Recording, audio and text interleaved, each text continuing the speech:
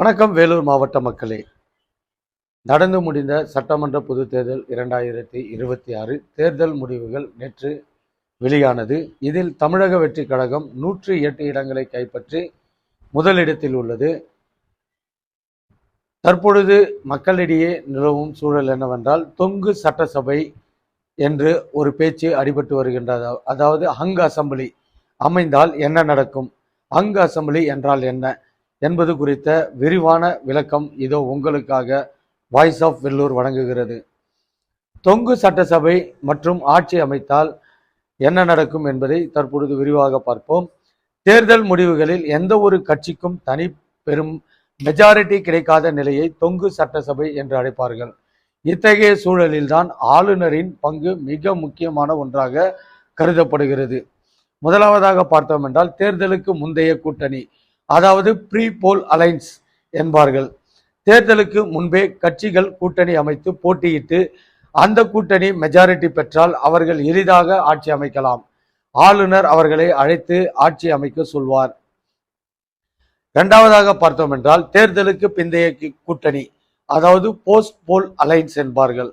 தனித்து மெஜாரிட்டி இல்லாத நிலையில் தேர்தலுக்கு பிறகு இரு கட்சிகள், உதாரணமாக தமிழக வெற்றி கழகம் மற்றும் அதிமுக என்று வைத்துக் கொள்வோம், இவைகள் இரண்டும் இணைந்து கூட்டணி அமைத்தால் அவர்களும் ஆட்சி அமைக்க உரிமை கோரலாம்.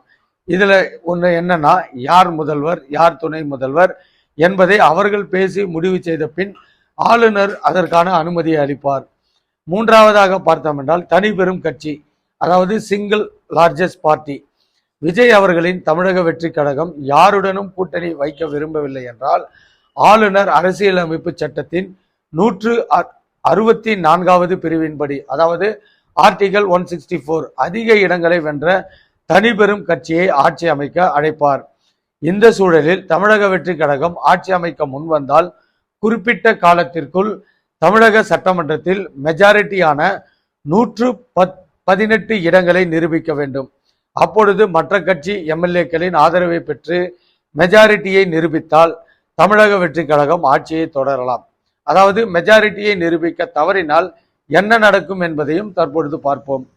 ஒருவேளை குறிப்பிட்ட காலக்கெடுவுக்குள் தமிழக சட்டமன்றத்தில் மெஜாரிட்டியை நிரூபிக்க முடியாவிட்டால் பின்வரும் நடவடிக்கைகளும் எடுக்கலாம் என கூறப்படுகிறது. அதாவது, ஆளுநர் மாநிலத்தில் குடியரசுத் தலைவர் ஆட்சியை, பிரசிடென்ட்ஸ் ரூல்ஸை அமல்படுத்தலாம்.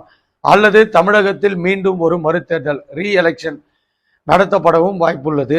தற்பொழுதைய சூழலில் தேர்தலுக்கு பிந்தைய கூட்டணிக்கு அதிக வாய்ப்புகள் இருப்பதாக கருதப்படுகிறது. இதில் முதல்வர் பதவி அல்லது ஆட்சி அதிகார பகிர்வு குறித்து கட்சிகளுக்கு இடையே பேச்சுவார்த்தை நடத்தப்படலாம். எனவே தமிழகத்தின் தற்பொழுதைய முடிவுகள் நிலப்படி சற்று குழப்பமான சூழலே நிலவுவதால் பொறுத்திருந்து பார்ப்போம் தமிழக மக்களோடு நாமும். இது போன்ற தொடர்ந்து அப்டேட்ஸ்களை பெற வாய்ஸ் ஆஃப் வெல்லூர் சேனலுடன் இணைந்திருங்கள். மக்களே, வாய்ஸ் ஆஃப் வெல்லூர் சேனலை சப்ஸ்கிரைப் பண்ணுங்க, கமெண்ட் பண்ணுங்க, உங்க நண்பர்களுக்கு ஷேர் பண்ணுங்க. Signing off, voice of Vellore, உங்களுடன் பிராங்க்லின்.